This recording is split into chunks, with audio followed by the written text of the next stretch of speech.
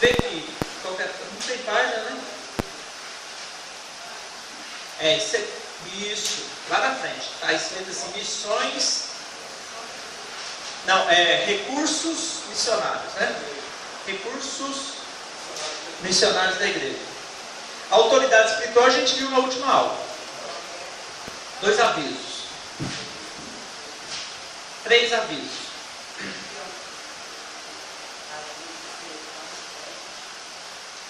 Primeiro aviso aos novos. Pode ficar tranquilo, matéria tranquila, provinha em comunhão, pode ficar tudo tranquilo. As atividades, depois eu penso uma atividade para vocês dois, vocês podem fazer juntas as atividades, pode ser verbal, oral, umas coisas. Não se preocupa com a atividade não. O que eu mais prezo aqui é presença. Não preocupo muito com nota. Por quê? Porque nota é consequência. Eu preocupo com presença, porque faltou, você vai perder muita coisa. Não, mas se estiver doente, sem problema. Aí eu vou lá levar a ceia. Se tivesse doente, eu vou lá levar a ceia. O importante é a presença.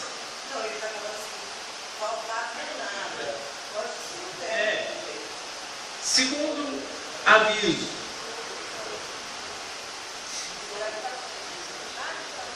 Segundo aviso, gente. Vocês, como alunos de teologia agora, vocês precisam ter muita compreensão que aquilo que a gente fala aqui não é sinal verde para tudo. Então, compreender a diferença entre liberdade religiosa, vocês são livres, com libertinagem. Então, não é que eu falei que a gente vai estudar os dogmas da igreja futuramente, que muitas das coisas que são proibidas hoje é proibição dos homens, que vale tudo. Tá? Não é assim. Nosso Deus é um Deus santo, requer que nós sejamos também santos. Uma das coisas importantes que Cristo nos deu foi o Espírito Santo, que é aquele que, além de ser consolador, auxiliador e vocacionador de missões, igual nós veremos aqui agora, ele é aquela sirene que nos alerta quando estamos fazendo algo de errado. Porque como ele habita em nós, quando a nossa carne pende para o mal, ele, que é a expressão da perfeição e da bondade, fala conosco. Vocês todos já viram isso.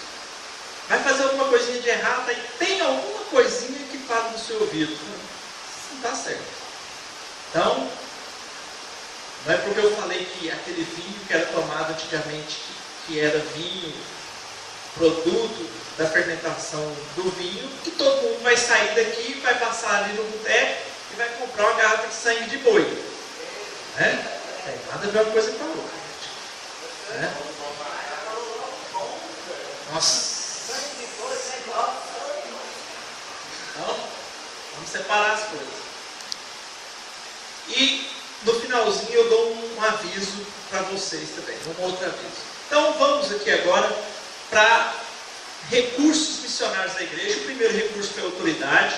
Nós lemos semana passada que Jesus reúne os seus discípulos e fala assim: toda autoridade me foi dada na terra e no céu. E aí lá na frente ele pega e fala assim: e esta autoridade eu vos dou. Ou seja, nós recebemos um recurso do céu chamado autoridade, que é aquilo que nos confere poder para a gente guerrear aquela guerra espiritual lá de Efésios capítulo 6, né? Nossa guerra não é contra a carne e o sangue, é contra os principados e potestades dos ares. Então essa guerra espiritual, essa batalha espiritual que a gente tem o nome, que a gente dá o nome hoje, a gente batalha essa milícia com essa autoridade espiritual que Cristo nos deu. Por isso que eu brinquei na última aula, na aula passada, eu falei: nós não devemos ter medo de Satanás, do diabo. Ele que tem que ter medo da gente, porque quando nós estamos em Cristo, recebemos juntamente com Cristo autoridade. aquela mesma autoridade que Cristo tinha. Tanto é que ele fala que em meu nome farão as coisas que eu fiz e maiores. A autoridade espiritual de Cristo é muito importante. Segunda coisa, segundo recurso que nós recebemos do céu, Espírito Santo. Atos 2. Atos 1:8. Jesus reúne os discípulos depois de ter passado 40 dias na terra após a sua ressurreição. Então, com o corpo ressurreto, Jesus fica 40 dias com os discípulos, reúne eles. Atos 1:8 que fala. Isso, leia aí. Mas receberão poder quando o Espírito Santo descer sobre vocês. Serão minhas testemunhas em Jerusalém, em toda a Judéia e Samaria, até os confins da terra. Ditas essas palavras, Jesus foi assunto aos céus. E aí Jesus então pega e fala assim, mas receberão poder, cumprimento daquilo que ele já tinha falado, que importa que eu vá, para que indo eu vos envie o Consolador. Jesus falando o seguinte, eu tenho que ir, eu tenho que passar por isso da cruz, para que quando eu for, eu vos envie o Espírito Santo Consolador. Então quer dizer que quando Jesus estava na terra, o Espírito Santo não estava aqui? Estava. Mas a gente vai tentar estudar a Trindade, Teologia Sistemática 1, quando a gente estiver estudando Teontologia. Por enquanto, fique com essa informação, porque a resposta é, estava, mas não é tão simples assim. Porque a Trindade é aquilo que a gente já falou, que todo mundo sabe o que é a Trindade. Mas ninguém sabe o que é a Trindade. Porque aparentemente a gente sabe o que é a Trindade. Mas a Trindade não é aquilo que nos foi ensinado. É muito mais complexo do que aquilo. É Deus se manifestando através do Pai, do Filho e do Espírito Santo. Não. Não é manifestação. Se fosse manifestação, o sacrifício de Jesus não seria válido. Então são 3 deuses. Também não. 3 deuses é triteísmo. Triteísmo é a mesma coisa que politeísmo. Nós somos monoteístas. Nós somos adoradores de um Deus, que é 3, mas que ao mesmo tempo é 1. Dá um trevo na cabeça, mas a gente vai estudar isso daqui 1 ano e meio. Preocupa não. Mas aí Jesus teve que ir, e aí ele fala, vocês têm que primeiro receber poder, para depois, o quê? Serem minhas testemunhas. Esse poder que ele está falando em Atos 1:8 é o Espírito Santo. É o cumprimento de Joel 2. Joel 2. Lembra? Que fala assim, e derramarei o meu Espírito sobre toda a carne. Os vossos velhos, os vossos jovens. Joel 2. Observe. 2 alguma coisa, olha aí. Está escrito assim, e eu derramarei sobre vós o meu Espírito. A profecia de Joel 2, está bem, no celular é mais difícil mesmo. Achei, Will.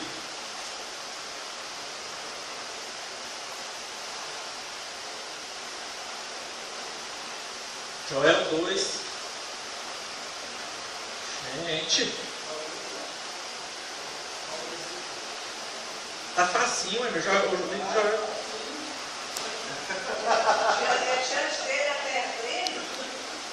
Gente.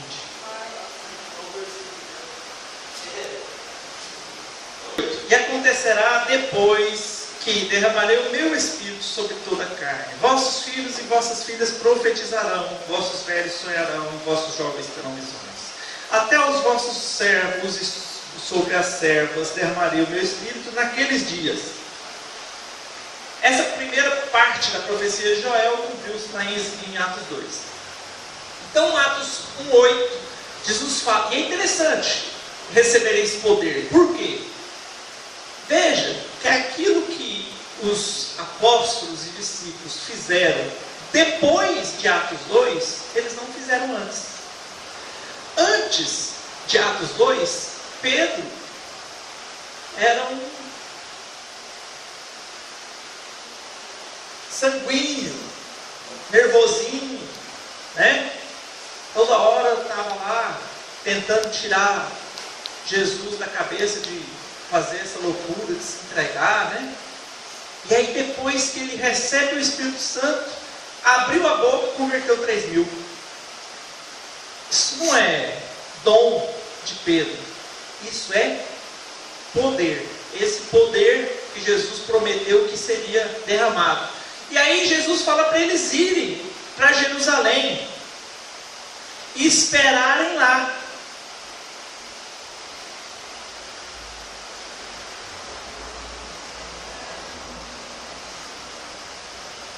Para que eles pudessem ser testemunhas, tanto,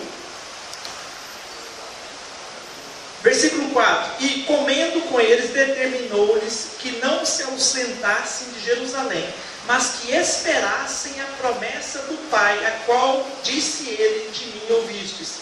E falaram para os discípulos, eram 120 pessoas que estavam em Atos 2, vai para Jerusalém e espere por lá. Nessa época, ainda existia o templo de Jerusalém. Esse templo de Jerusalém foi aquele reconstruído por Esdras, mas que depois foi destruído de novo por Nero no ano 70. Que Jesus falou que não ficará pedra sobre pedra, lembra? Quando ele estava ali colhendo a oferta da viúva? E aí eles foram para Jerusalém e ficaram em Jerusalém. 120 pessoas reunidas no templo orando. E aí acontece Atos 2. Ao cumprir-se o dia de Pentecostes, estavam todos reunidos no mesmo lugar. E de repente veio do céu um som, como de um vento impetuoso, e encheu toda a casa onde estavam sentados. E apareceram distribuídas entre eles línguas, como de fogo, e passou uma sobre cada um deles. Todos ficaram cheios do Espírito Santo e passaram a falar em outras línguas, segundo o Espírito que lhes concediam que falasse.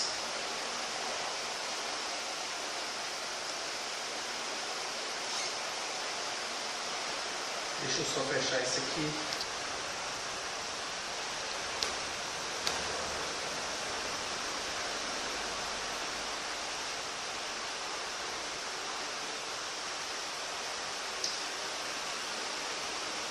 Deixa eu abrir aqui na minha.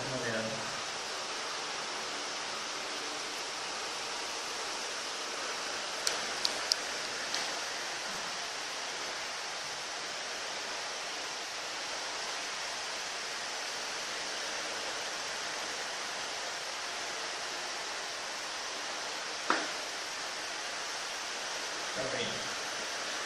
Ok. Primeira coisa que a gente tem que perguntar sobre esse recurso do céu é: o que é o dom de línguas?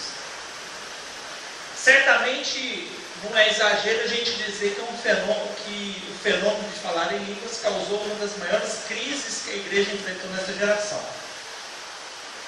Fala nessa geração porque esse negócio de dom de línguas é uma coisa desta geração que foi nova para a igreja depois daquele avivamento da rua Church lá, né, lá dos Estados Unidos. É uma questão nova para nós.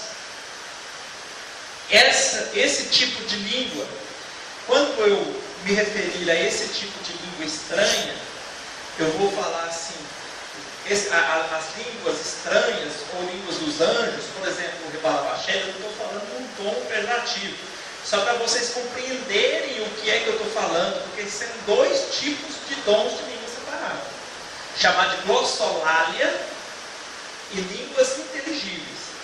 Vocês vão pegar daqui a pouquinho. As línguas não são mais algo testemunhado somente nas igrejas pentecostais.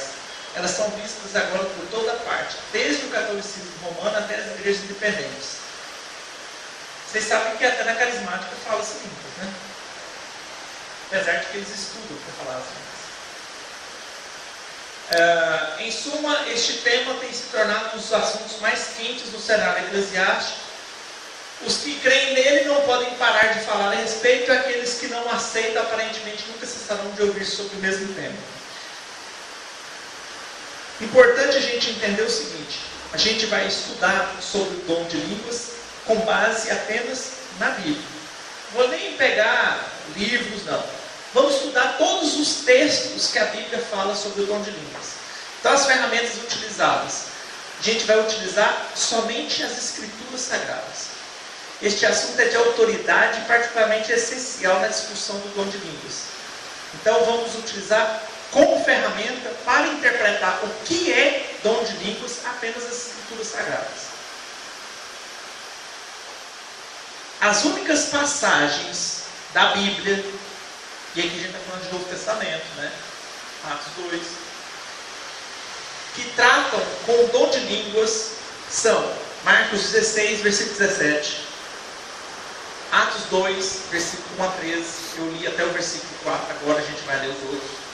Atos 10, versículo 44 e 48, Atos 19 e 1 Coríntios, capítulo 12 ao capítulo 14. De todas essas passagens, aquela que traz mais conteúdo explicativo é 1 Coríntios, capítulo 14, quando Paulo explica o que é o dom de línguas. Existem duas teorias a respeito. Primeira coisa, a gente tem que entender o seguinte. Eu passo para vocês depois. Vocês lembram que eu falo isso desde o início do nosso curso. O nosso Deus é um Deus finalístico, com finalidade. Não existe nada na Bíblia sem finalidade. Não existe coisas na Bíblia que são por acaso. Tudo que acontece na vida da igreja é para uma finalidade específica. A morte do Cordeiro é para uma finalidade específica.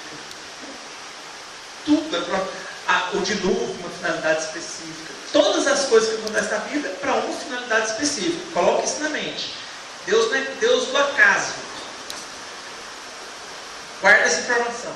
Primeira teoria a respeito diz que há defensores que não diz que não existe o dom de línguas estranhas ou dos anjos, havendo somente o dom de línguas idiomáticas.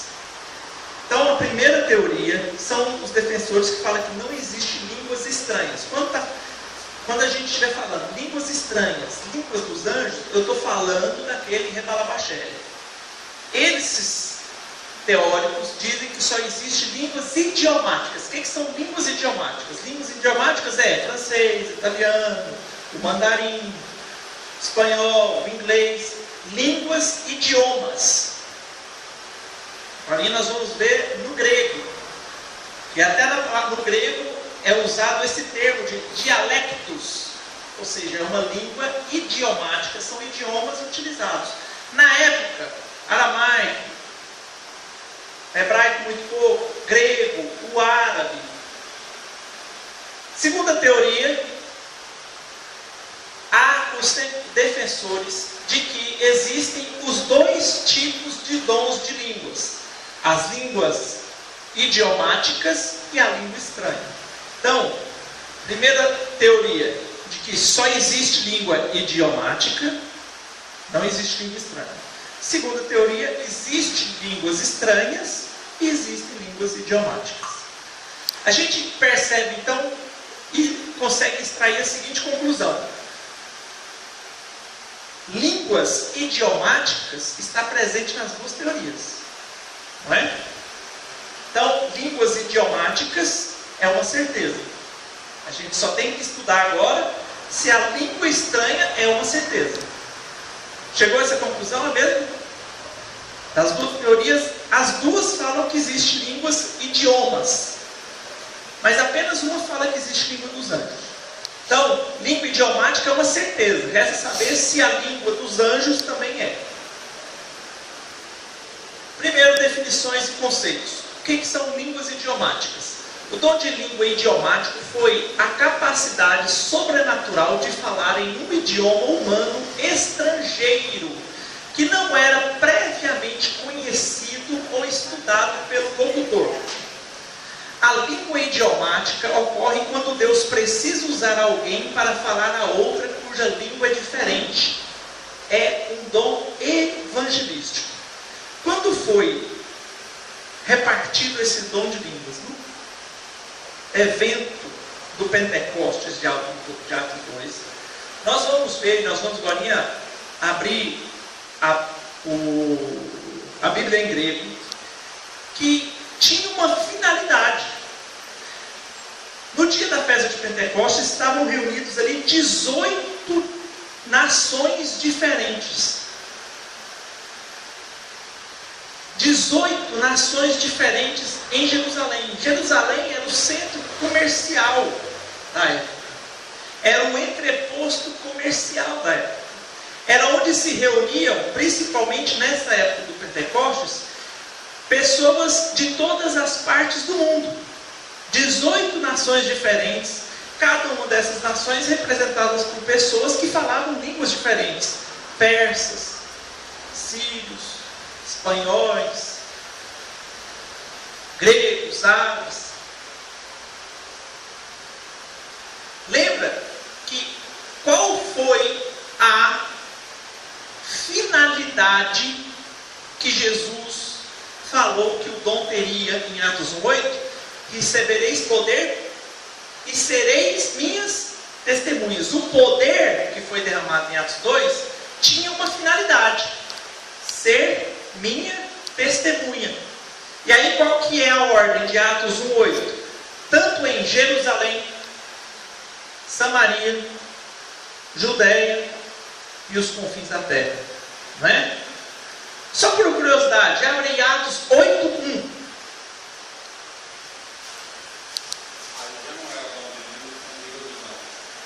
Calma, a gente vai chegar lá.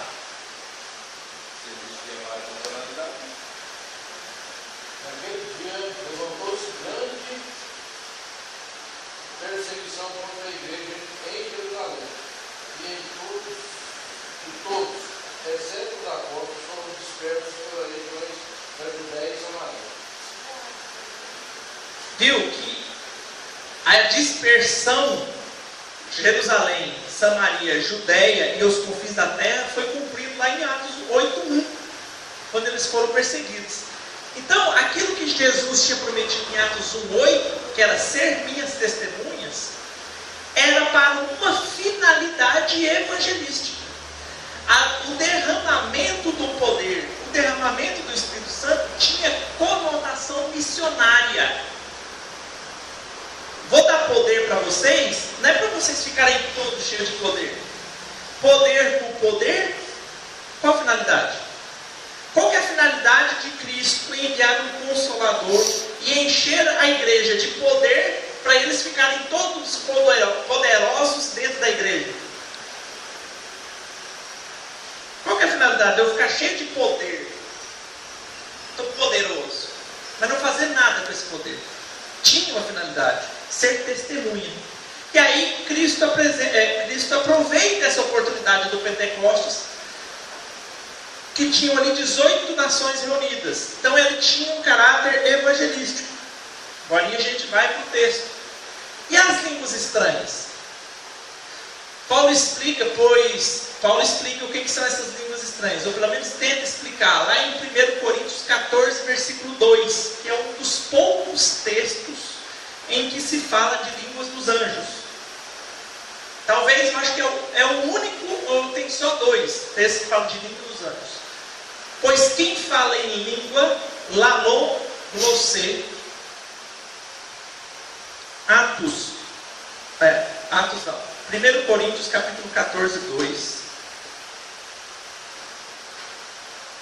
Pois quem fala em outra língua não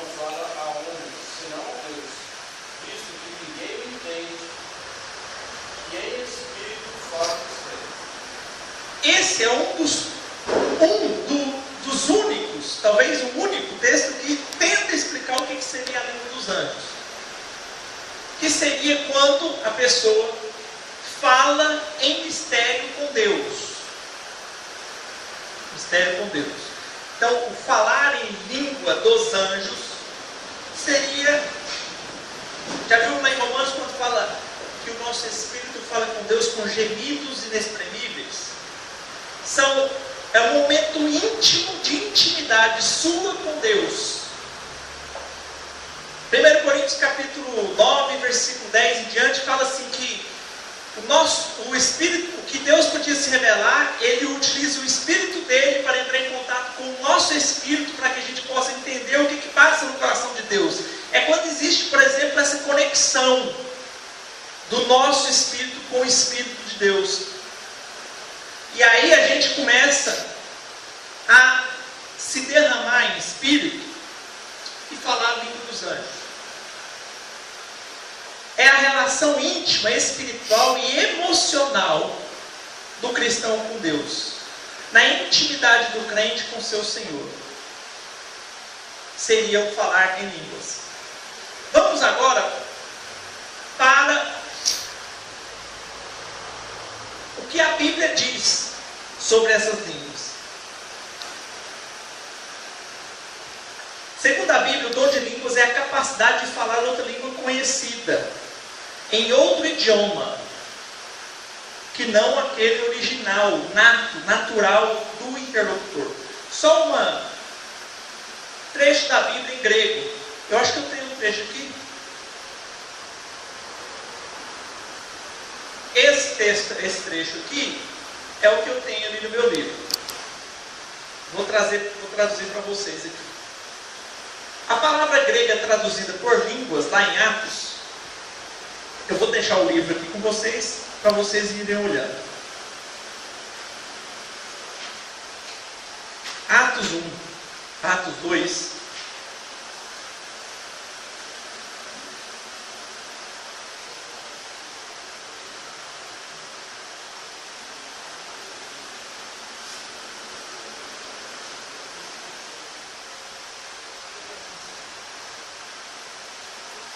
Antes da gente ir lá para Atos 2, é importante a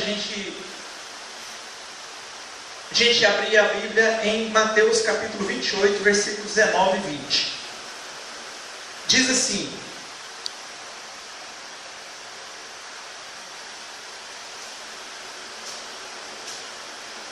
vocês acharam aí? Mateus 28. 19 e 20. Mateus 28, 19 e 20. Diz assim: ide, portanto, fazei discípulos de todas as nações, batizando-os em nome do Pai, do Filho e do Espírito Santo, ensinando a guardar todas as coisas. Ensinando a guardar todas as coisas. Observe que para você ensinar, você tem que ensinar numa língua inteligível, né? Você imaginou eu dando aula aqui em grego para vocês? O que vocês iam aprender aí? Para o discípulo ensinar o discipulado, o discípulo tem que falar uma língua que o discipulado compreenda. 1 Coríntios capítulo 12, versículo 7 diz assim: a manifestação do Espírito é concedida a cada um visando um fim proveitoso. 1 Coríntios capítulo 12, versículo 7. Ou seja, tem que ter uma finalidade. Deus não vai dar um dom para uma pessoa para entreter. Nós não somos cachorrinhos de estimação que a gente joga uma bolinha para entreter o cachorrinho. Dom, presente de Deus, é para uma finalidade específica. Tem que ter um fim proveitoso, uma finalidade proveitosa. Nesse sentido, então, a gente compreende que o Espírito Santo, ele veio para nos dar algo com finalidade. Eu vou pegar o texto de Atos 2, eu li até o versículo 4, vou ler até o versículo 11. Olha só.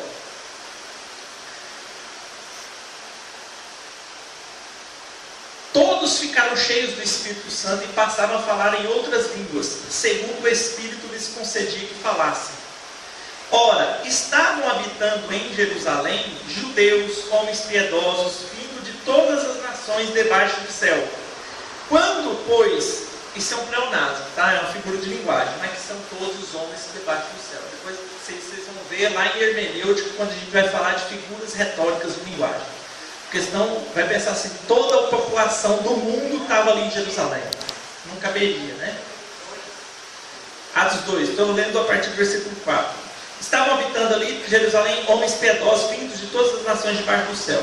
Quando, pois, se fez ouvir aquela voz, afluiu a multidão, que se possuiu de perplexidade, porquanto cada um os ouvia falar na sua própria língua. Agora a gente vai estudar cada um desses termos. Estavam, pois, atônitos e se admiravam, dizendo: vede, não são porventura galileus todos esses que aí estão falando? Ou seja, esse pessoal aí não é judeu? Eles tinham que estar falando em grego. Naquela época era a língua oficial. E como, pois, podemos ouvir falar cada um em nossa própria língua materna? Somos pardos, medos, elamitas e os naturais da Mesopotâmia, Judéia, Capadócia, Ponto e Ásia, da Frígia e da Panfilia, do Egito e das regiões da Líbia, nas imediações de Cirene, e romanos que aqui residiam, tanto judeus como prosélitos, cretenses e árabes. Como os ouvimos falar em nossas próprias línguas as grandezas de Deus? Estavam todas aquelas 18 nacionalidades reunidas, cada um ouvindo falar na sua própria língua. Vou dar um testemunho para vocês. No outro curso que eu estava dando, eu levei uma missionária que naquela época dos Jogos Olímpicos da China, de Pequim, né? Da China, ela foi com um grupo missionário para lá. Não sabia falar de água em mandarim. Naquela praça onde se reunia o povo ali antes dos jogos, né? Perto dos ginásios ali, tudo. Um dia eles estavam lá, começaram a orar, e ela e o grupo dela começaram a falar em mandarim. E saíram pregando o evangelho ali na China, em mandarim. Não sabiam nem o que estava falando, mas era mandarim. O pessoal ouvia e respondia e compreendia o que eles estavam falando. Isso é dom de línguas. Finalidade evangelística. É a mesma coisa de você vai fazer uma missão, até Imaíus, vai fazer uma missão lá na Coreia do Norte. Não, lá não. Lá o povo está matando os crentes, não vou te matar não. Vai para o Haiti. O Haiti você fala 3 idiomas lá. Você fala o francês, você fala a língua local, lá um dialeto, e você fala o inglês. Mas vamos supor que você está numa tribo lá, numa região que fala só esse dialeto local lá. Se o nome do dialeto. Você não sabe falar aquele dialeto. Mas você chega lá, missionário, enviado. Chegando lá, você começa a falar a língua deles. E você está pensando em português, mas na hora que você abre a boca, está saindo lá no dialeto deles. Você está falando em nome de Jesus, aceita esse evangelho, e está saindo lá a língua deles. Isso é dom de línguas. É uma capacitação sobrenatural do Espírito Santo para que você possa falar um idioma conhecido, que não é o seu, para fins evangelísticos. Olha o versículo 6, cada um ouvia falar na sua própria língua. E o versículo 8 confirma: e como ouvimos falar cada um em nossa própria língua natal? Agora vamos na tradução das palavras. A palavra grega traduzida por línguas nas escrituras é glossa. Glossa. Está vendo aqui, ó? É escrito desse jeito em grego. Normalmente se refere à língua como um órgão físico ou como um idioma. O significado da palavra glossa em grego é língua, órgão físico ou idioma. Em Atos 2, as línguas claramente eram idiomas humanos conhecidos, isto isto é, conhecido para alguns que ouviam. As noutras línguas, heterai e glossais, do verso 4, são explicadas como sendo os idiomas dos pardos, medos, elamitas, lá do versículo 9 a 11. No versículo 6, que ouviam os discípulos pregar, eles ouviam em sua própria língua. Heterai e glossais, agora eu vou mudar a página, vocês vão ver lá na página em grego. Heterai e glossais, então, significa noutras línguas. Não significam línguas de anjos ou estranhas. Noutras línguas. O próprio termo grego para língua, no versículo 8, é dialectos. Olha aqui o heterai e glossais, ó.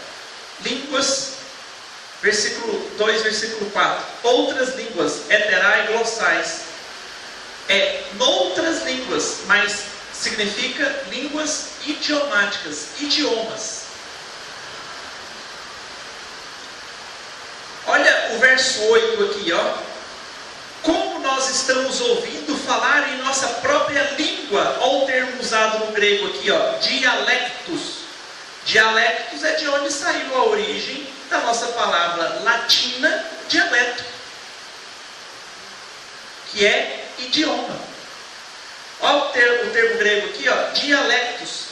Quando eles perguntaram como podemos ouvi-los falar em nossa própria língua, aí quando eles falam nossa própria língua, não está falando idioma, está falando nosso dialeto. Olha só que maravilha. Não é que eles estão falando apenas na língua que nós falamos, mas no nosso dialeto. Vamos pensar no português? Não é que eles estão falando, você imagina lá os judeus daquela época, não é que eles estão apenas falando em português, eles estão falando em português e no nosso dialeto. Você está falando para o Paraíba aqui, está falando de macaxeira, mas você está falando para o Goiânia aqui, está falando de mandioca. Além de falar a língua, está falando no dialeto ainda, usando dialetos locais. Até, podemos dizer, o sotaque. O termo grego para a língua, no versículo 8, é dialectos, de onde vem a palavra portuguesa dialeto. Ele pode significar idioma e nunca uma linguagem incompreensível. Esse termo grego, dialectos, não existe margem para interpretá-lo como língua incompreensível. Além do mais, é claro que em Atos 2 as línguas eram designadas para ser um método de comunicação efetiva para aqueles que estavam visitando Jerusalém. O livro de Marcos não fala de línguas estranhas, mas de novas línguas, glossais, laleissocicais, carnais. Olha a diferença. Eu acho que eu tenho essa parte aqui em inglês aqui. Não. Vamos lá pegar em Marcos capítulo 16. Marcos capítulo 16. Versículo 17, que diz assim, acharam? Estes sinais acompanharão os que creem, em meu nome expulsarão demônios, falarão novas línguas. O problema é que tem algumas traduções escritas assim, e falarão em línguas estranhas. Essa palavra língua estranha, essa palavra estranha não existe no grego.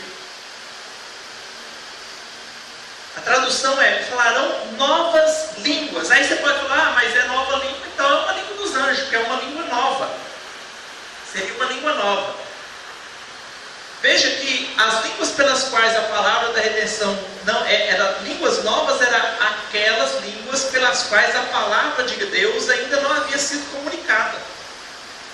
A ideia não é de línguas inexistentes, mas de idiomas falados, porém até então desconhecidos, não dominados pelo povo de Israel. Aliás, a expressão falarão novas línguas significa, na verdade, pregarão a novos povos, atingirão a novas culturas. E outra coisa, no texto de Marcos, a palavra designada aí por novas é carnais. Existem duas palavras no grego que significam novas ou novidades. Duas palavras. Existe existe a palavra neos e kainos. Neos é de onde derivou aquilo que tem no inglês do new, e aquilo que a gente conhece por novo. E kainos, neo, é algo novo que não existia antes. Novo que não existia antes. Por exemplo, e Deus criou o homem. Novo homem, neo. Kainos é algo novo, mas que já existia. Mas como que é novo se já existia? É novo para eles. Por exemplo, irmão William vende carro. Você tem carro? Agora tem, né? Você tem carro? Tem carro. Poxa. Qual carro você tem? Siena. Só que seu pai resolve te dar aquela Nissan Frontier que o William estava querendo vender ali.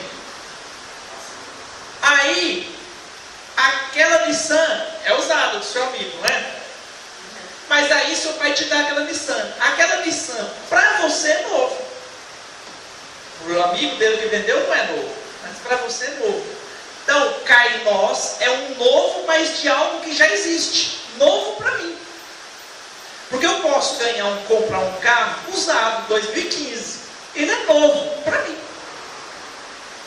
Para quem usou ele antes de mim, não é novo, é usado. Mas para mim é novo, porque eu estou pegando ele agora. Entendeu? Essa é a intenção do novo kainos. Em Marcos 16, versículo 7, a palavra é kainos e não neo. Então não existe possibilidade desse novas línguas aqui ser traduzido como ser uma língua inédita. Vai passando aqui que vocês vão ver aqui o kainos, está sublinhado aqui. Ó. O kainos. Esse Marcos 16, 7 é novo existente. Percebe então que até agora a gente não achou a palavra estranha. E nem dos anjos. A gente vai ver ela lá em 1 Coríntios 14, 2. Olha o exemplo aí, ó, do carro. É novo para quem está adquirindo o carro. Outros aspectos importantes a serem avaliados acerca do dom de línguas. E Paulo também, ele afirma algumas coisas. Vamos abrir lá em 1 Coríntios capítulo 14, versículos 6 a 9.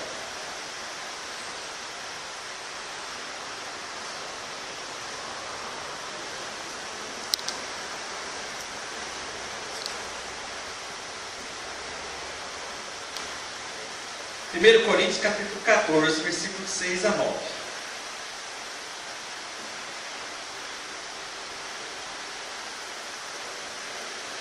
Olha só, o que diz? Agora, porém, irmãos, vamos prestar atenção que Paulo vai dar uma aula sobre o dom de línguas. Agora, porém, irmãos, se eu for ter convosco falando em outras línguas, aqui Paulo está falando o seguinte: lalon glossê, ou seja, línguas idiomáticas. Paulo está falando para o pessoal de Corinto o seguinte: se eu chegar para vocês falando em árabe, vocês não vão entender. Ó, se eu chegar a ter convosco falando em outras línguas, em que vos aproveitarei se vós não falar por meio de revelação, ou de ciência, ou de profecia, ou de doutrina? É assim que instrumentos inanimados, como a flauta ou a cítara, quando emitem sons, se não os derem bem distintos, como se reconhecerá o que se toca na flauta ou na cítara. Olha o que ele está falando no versículo 7. Se eu falar um idioma que vocês não estão entendendo, é a mesma coisa que eu pegar um violão e começar a bater nas cordas dele sem nota. Não vai servir para nada. Não vai sair um som que sirva para alguma coisa. Pois também, se a trombeta der som incerto, quem se preparará para a batalha? Assim, Vós, se com a língua não disserdes palavras compreensíveis, como se entenderá o que dizeis? Porque estareis como se falasseis ao ar. Se vocês falarem e ninguém compreender, é como se vocês estivessem falando ao ar. Ninguém compreende o que vocês estão falando. O dom de línguas, e olha no versículo 22. O dom de línguas é um sinal para os descrentes. O dom de línguas seria um sinal para os descrentes, como o seguinte: dom de línguas é um sinal para que a pessoa que não crê veja que eu estou falando na língua dela e se converta. É o que aconteceu em Atos 2. Agora olha o arremate de Paulo no versículo 22. De sorte que as línguas constituem um sinal não para os crentes, mas para os incrédulos. Mas a profecia não é para os incrédulos, é para os crentes. A língua é para os incrédulos.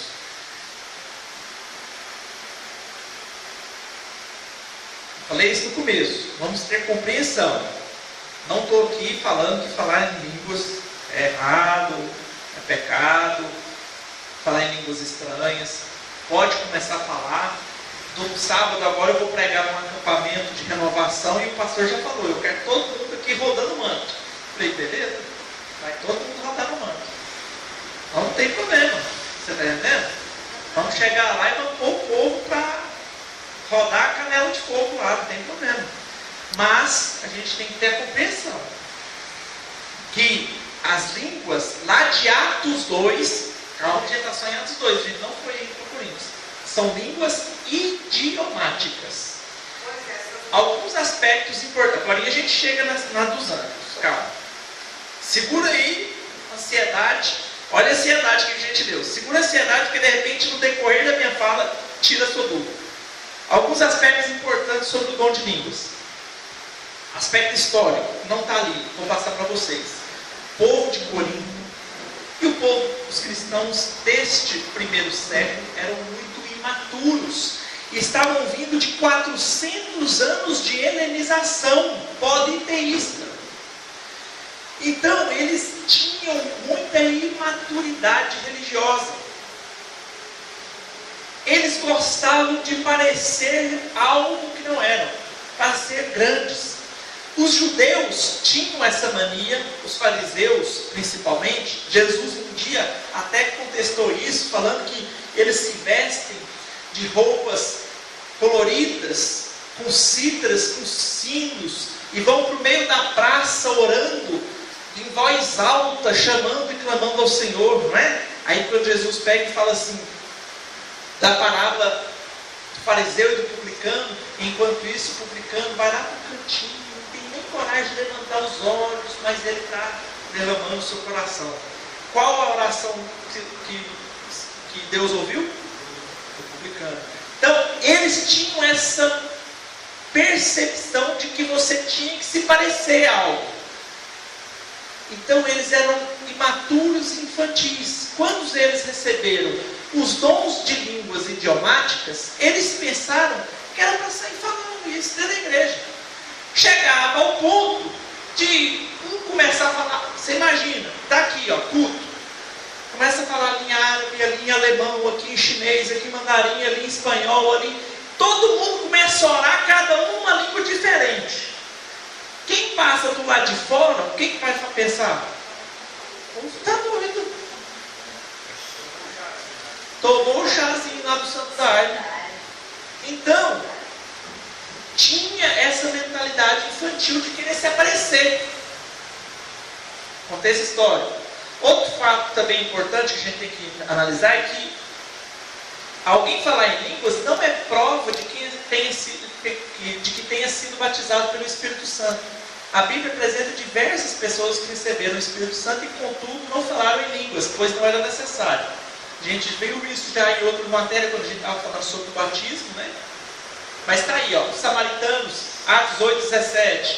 Maria, Lucas 1:35. Estevão. Mais. Pastor, mas é uma língua de ensino. Hã? Aí é uma língua de ensino. Porque as pessoas vão batizar na pessoa, não vão falar nem língua. Mas não quer dizer que as pessoas falaram mas exatamente.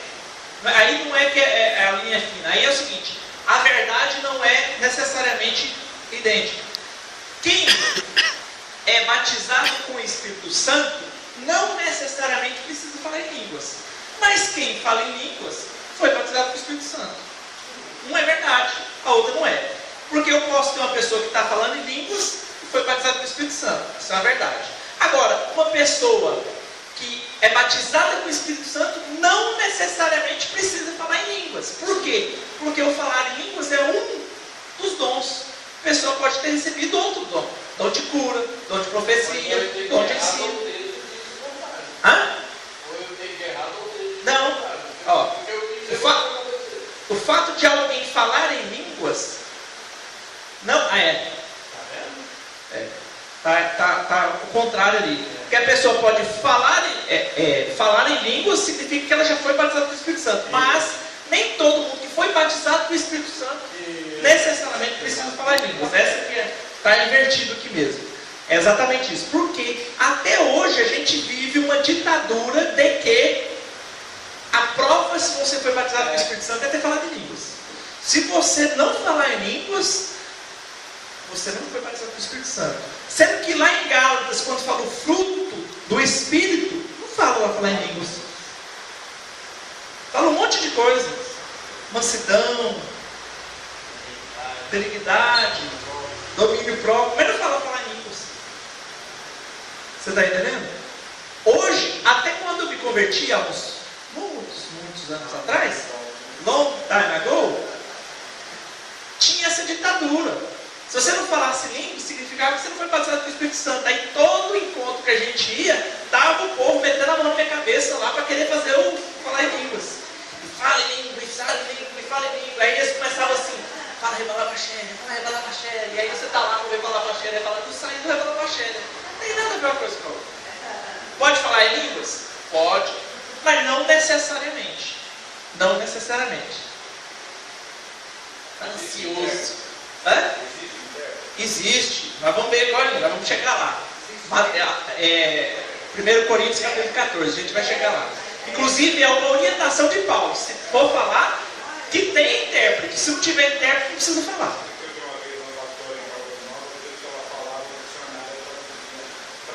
Perfeito. Aí você está edificando a igreja. Agora, você está falando que em outras línguas não tiver intérprete, você está edificando só você mesmo. Aí você está se tornando individualista no culto coletivo. Pois é, mas aí essa língua é idiomática ou é? Pode ser qualquer uma. Pode ser a dos anjos, cujo intérprete consiga interpretar a língua dos anjos, ou idiomática. A pessoa está orando em mandarim, que é a manifestação do Espírito é a mesma, mas tem um intérprete lá dentro.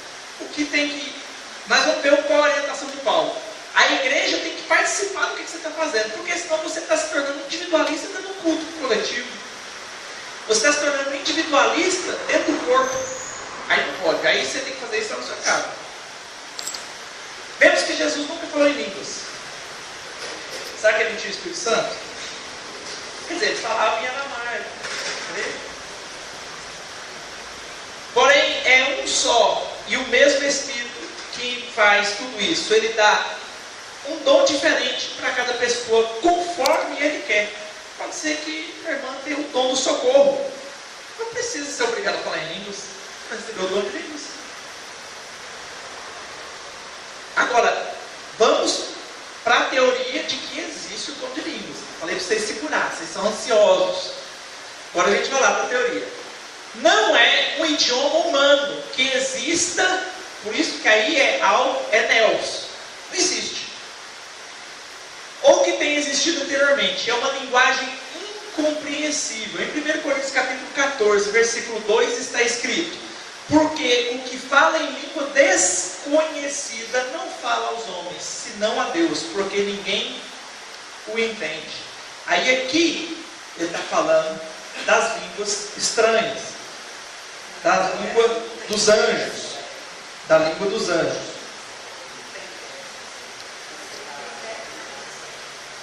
Calma, agora a gente volta lá no 14 para falar do intérprete. Mas Mas aí que ele não está falando que tem que ser necessariamente na igreja. Que aí Paulo dá uma orientação de como utilizar esses dons dentro da igreja.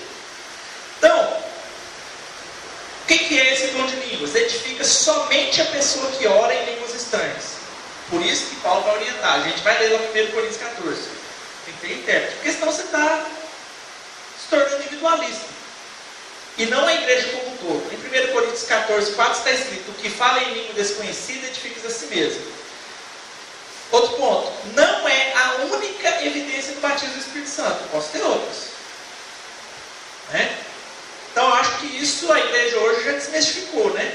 Não tem essa ditadura do dom de línguas mais, né? Tem? Algumas igrejas ainda tem? Ainda tem a ditadura do dom de línguas, né? Fala assim, se não falar em línguas é porque não foi batizado no Espírito Santo, né? Ensina você a orar em línguas. Tem uma igreja aí também, do movimento carismático, que você tem aula de línguas. Dá aula de línguas. E é uma coisa tão espontânea, né? As pessoas... E olha que eu estou falando para vocês, eu já tive manifestação do Espírito, por isso que a gente fala que a gente não pode desacreditar. Eu sou teólogo, né? Mas o pessoal fala que teólogo não tem manifestações do Espírito. Eu, como teólogo, já tive manifestações sobrenaturais do Espírito. E em momentos determinados, na época que eu ia para o monte, né? A gente saía do curso de teologia e ia para o monte, me falaram, né? Porque a gente entra numa espécie de transe, né? A gente tem compreensão do que está acontecendo, mas me falaram que eu falei lá em línguas. E aí depois, outras vezes, pregando em algumas igrejas também, às vezes sai sem a gente perceber, né? Naquelas orações, né? Nas orações finais, você não percebe, depois é que alguém fala assim: você viu que você orou em línguas? Porque na mente você está falando na língua natural, materna, né? Mas, então, eu acredito nessas manifestações espirituais, nessas manifestações do Espírito. Não desacredito. Só que a gente tem que ter compreensão do que de fato é esse dom lá do Atos 2 do Pentecostes, para que a gente possa nos livrar dessa ditadura das línguas. De que quem não fala em línguas não é pentecostal. Quem não fala em línguas não pode ser crente pentecostal. Não existe isso, porque essa ditadura faz com que muitas pessoas se tornem meninos na fé, repetindo palavras que eles não sabem o que significa. Aí fica lá repetindo, rebalabaxere, cheira bacana. Eu já vi isso aí, né? A pessoa falando uma coisa que não era Meninice. Só para falar que está No Espírito, E geralmente fala na hora que não dá conta mais de falar, né? Não tem mais o que falar e só no rebalabaxere. Falar em línguas estranhas não é mera repetição de palavras que podem ser memorizadas ou reproduzidas. Você não precisa decorar para falar em línguas. Há pessoas que não foram batizadas no Espírito Santo, que acabaram memorizando e repetindo palavras ininteligíveis. A gente sabe disso, né? A pessoa não foi batizada no Espírito Santo, não recebeu o dom de línguas e decora algumas palavrinhas e sai falando. Agora, vamos pegar lá em 1 Coríntios, capítulo 14. 1 Coríntios, capítulo 14.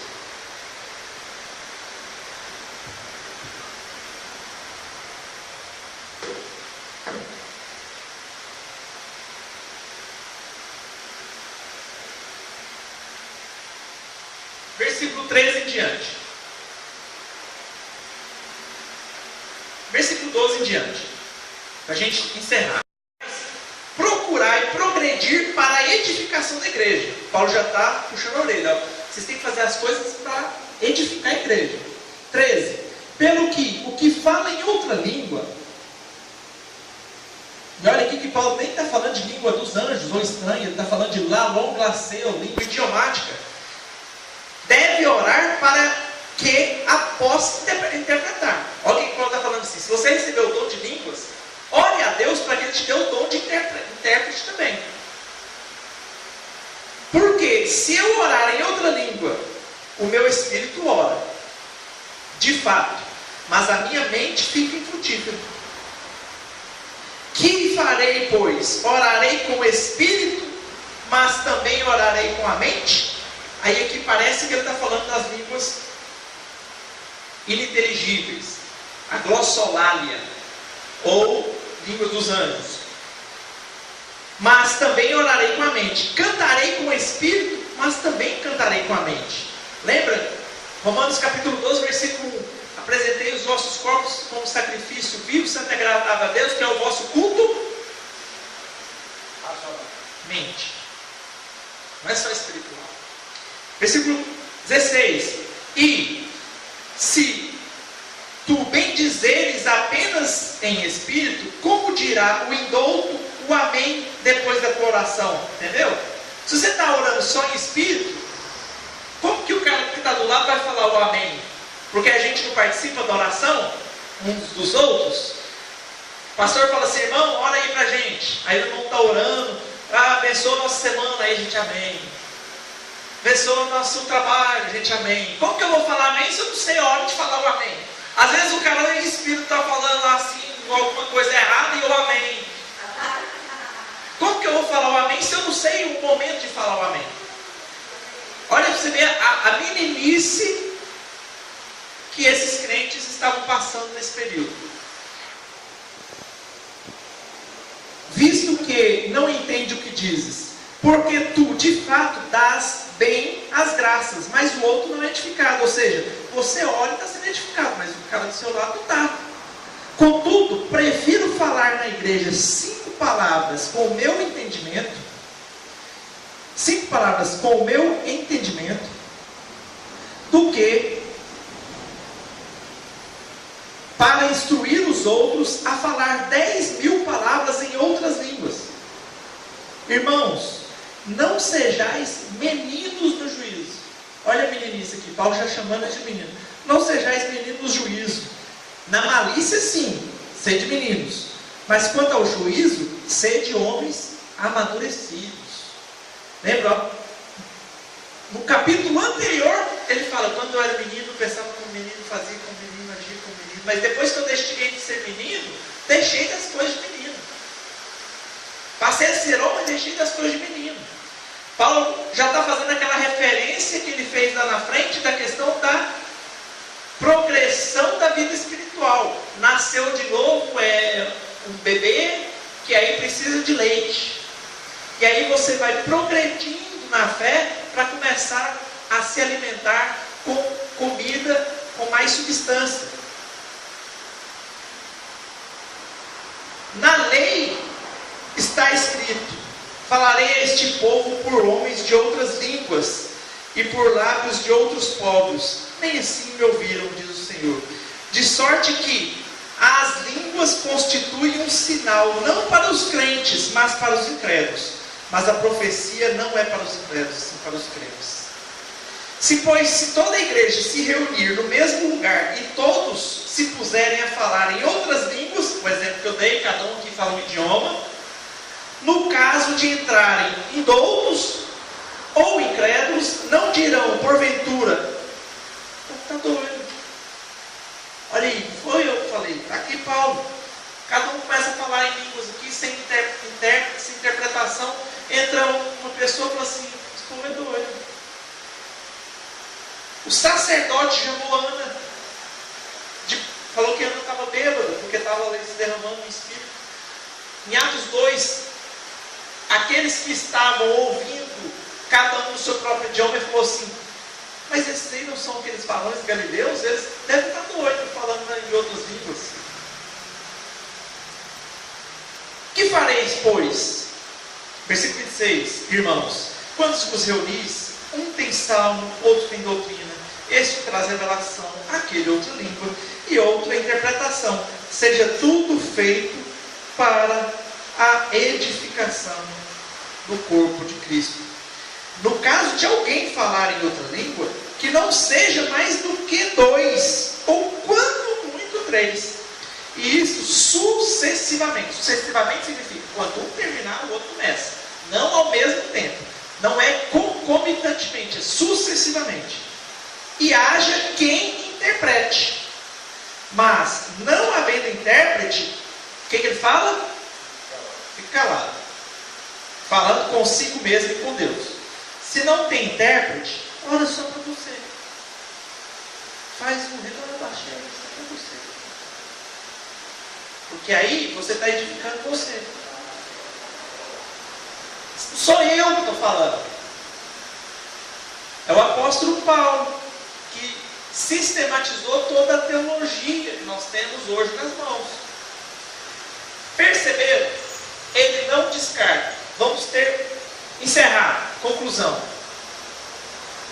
Nós temos que ter maturidade. Vou falar igual Paulo. Não sejamos meninos. Não estou falando que falar em línguas estranhas ou dos anjos é errado, nem pecado. Estou falando que a gente tem que ter esse discernimento que Paulo teve aí.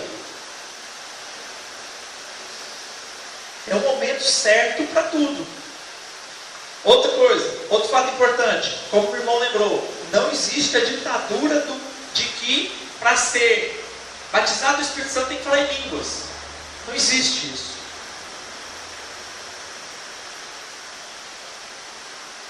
Várias pessoas foram cheias do Espírito e não falaram em línguas.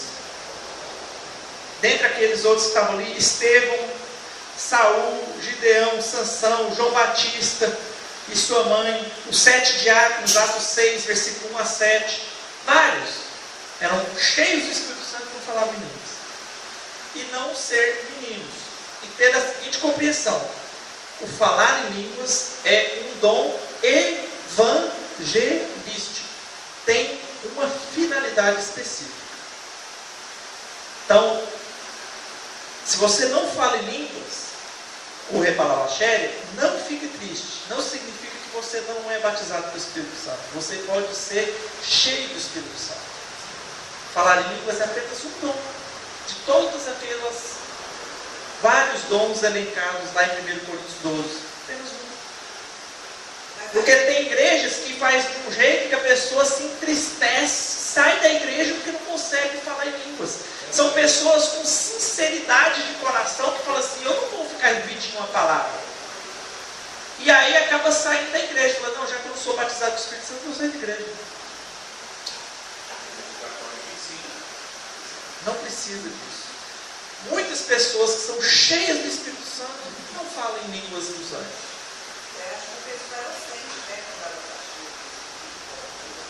Não precisa. Quantas vezes você não já sentiu a presença do Espírito Santo com você, sem você falar uma língua dos anjos? Não é?